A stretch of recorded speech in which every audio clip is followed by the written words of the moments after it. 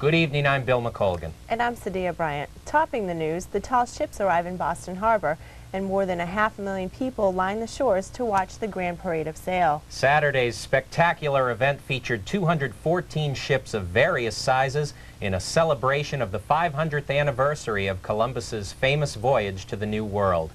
The ships gathered in the mist east of Deer Island early Saturday morning, while spectators gathered on nearby Lovell's Island, at Castle Island in South Boston, along the Boston waterfront, as well as in Hull and other prime viewing locations. At 9 a.m. the parade began, led by Boston fireboats with a colorful water display and by Old Ironsides, Boston's own USS Constitution, making her longest voyage in 60 years.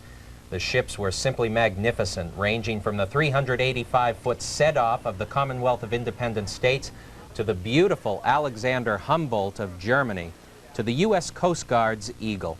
In all, 37 countries sent flagships to this celebration. As the majestic vessels entered Boston's inner harbor, they were saluted with cannon shots fired by members of the Wilmington Minuteman militia atop Castle Island's Fort Independence. The ships then sailed past the Boston skyline, turning at the Charlestown Navy Yard to return to their pre-assigned docking locations. Although the weather was gorgeous, the spectator turnout fell quite a bit short of some estimates. City officials had predicted a crowd of some 3 million.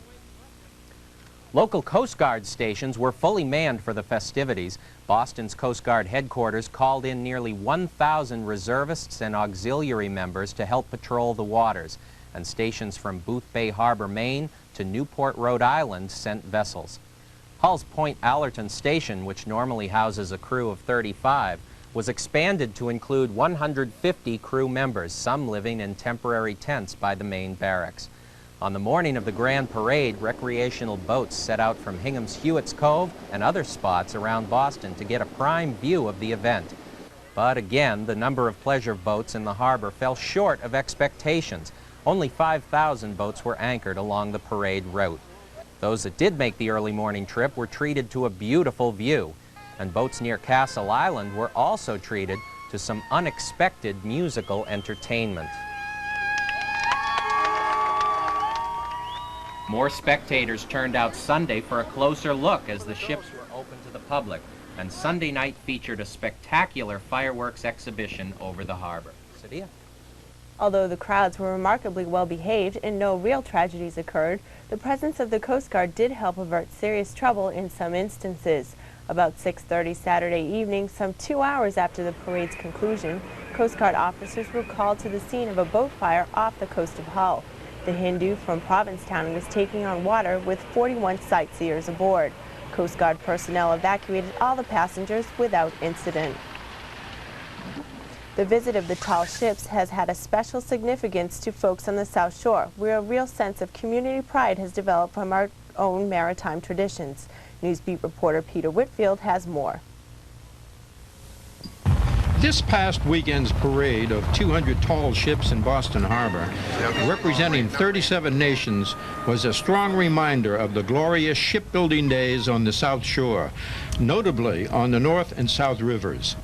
The abundant forests close to the rivers provided proper lumber for the 20 shipyards. Over 1,000 sailing ships were launched from 1640 to 1872, establishing the means for world trade.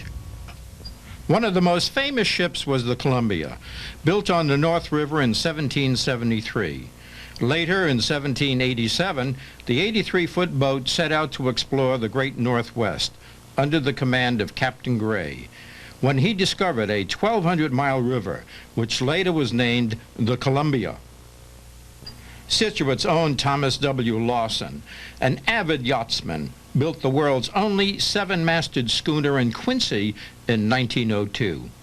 Sadly, after only 5 successful years of carrying cargo, a 100-mile gale tossed the ship onto the rocks off Cornwall, England, killing 16 crewmen, with only 2 being saved. Both Hull and Scituate today continues their attachment to the sea, each having a Coast Guard station protecting not only commercial vessels, but ready to assist any recreational craft. particularly be ready for an operation like Sail Boston? Well, we've sent up a utility boat and a 21-foot Boston whaler up to Boston. We basically detached them to work for the op sail project, and with that they've taken 2 crews for each boat, so we're about half manned right now.